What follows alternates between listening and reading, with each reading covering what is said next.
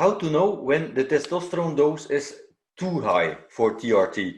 Is it the level of total T, free T in the blood? How do you know when it's too high?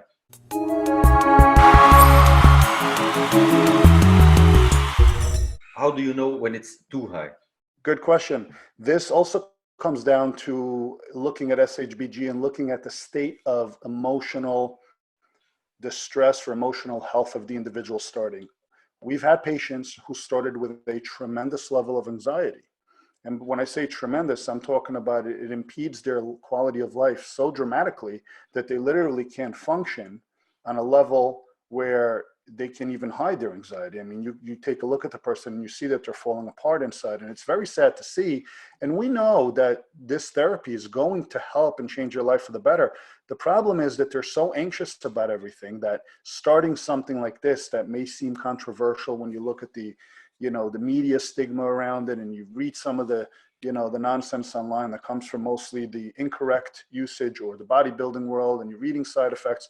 This only compounds the effects of anxiety.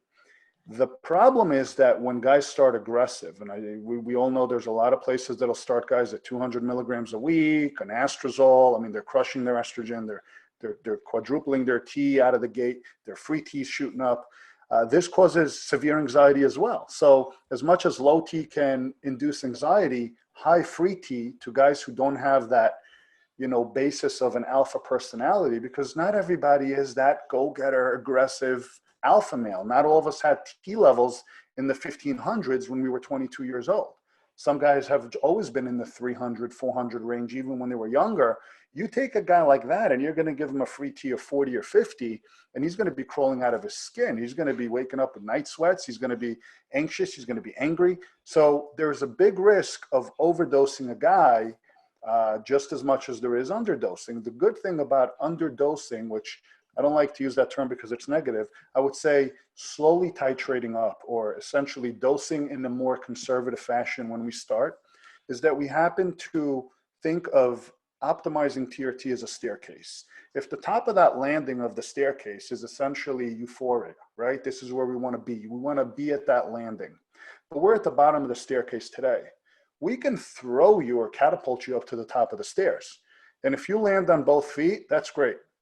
The risk is that you're going to come tumbling back down. And not only do we have to start over, but now we're starting with some level of damage or injury. We have to chase away the side effects and re-earn that trust and re-earn the confidence and alleviate the level of anxiety from the failed attempt.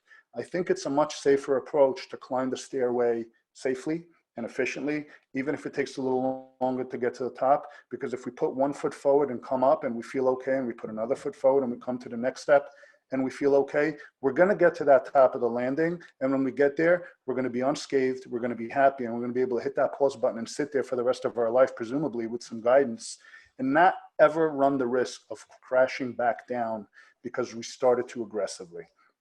So often guys will come and they'll say, well, why are we starting on this dose and why are we doing this? And the answer is, we'll see you in a couple of weeks anyway. We'll have a follow-up.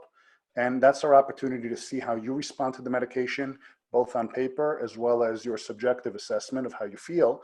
And we can always bump you up. The risk of going too aggressive too soon, I think, for something that is this important and is designed to be a lifelong journey of improvement, is just too great. So I'm always a fan of minimal effective dosing and medications, finding symptom resolution, and then again, you always have an opportunity to improve. Is there a certain level of free testosterone in the blood that most guys feel good on?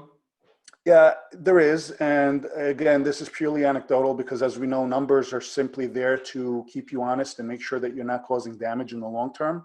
The last thing we want to do is, knock 10 years off the back end for quality today. If we can give you a quality of life and extend your life, or at the very least not shorten it, then we're winning.